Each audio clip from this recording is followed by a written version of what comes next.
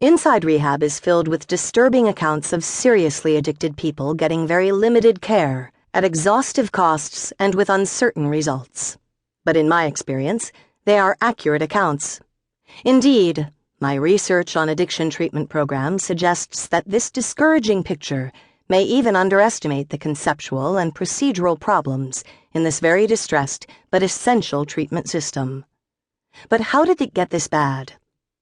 There has never been a question that alcohol and other drug addictions are immense problems for society.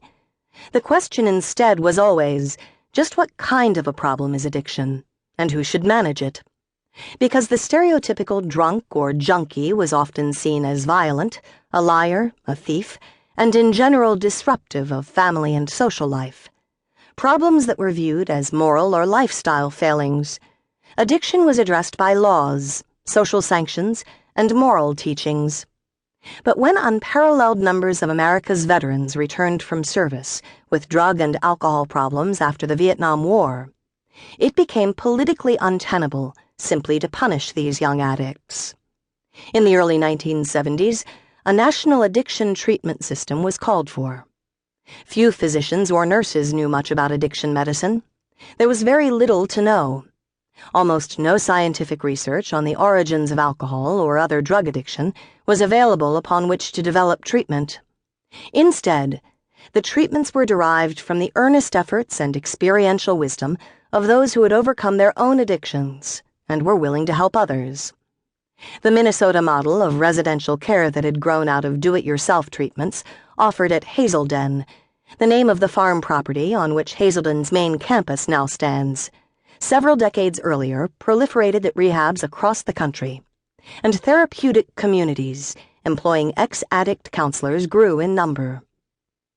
Perhaps most significant, the addiction treatment system was purposely designed as a segregated system, separated financially through funding largely with government block grant dollars, not medical insurance, culturally, and often physically from the rest of general health care. The Veterans Administration was an important exception because its general health care, addiction treatment, and mental health care have long been integrated. That segregated system grew into today's network of over 13,000 addiction programs, still largely isolated from the rest of medicine and health care, still largely financed by separate protected dollars, and still largely distinct in terms of the types of interventions applied and the professional providers involved. Like other segregated systems, it is loaded with stigma. Few addicted individuals, about 10%, are willing to enter care.